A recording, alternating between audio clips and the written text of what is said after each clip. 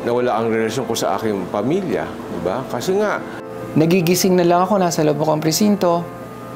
napansin ko, gumagawa na ako ng mga bagay-bagay na pinangako kong hindi ko gagawin kasi gawain ng alcoholic yon. Nagigising na lang ako, hindi ko alam kaninong damit yung suot ko.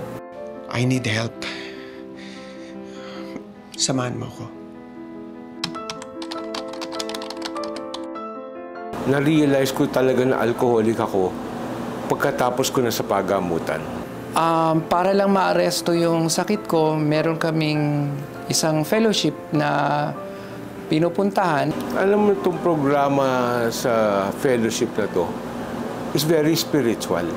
Dito ko actually nakilala yung kung sino ako.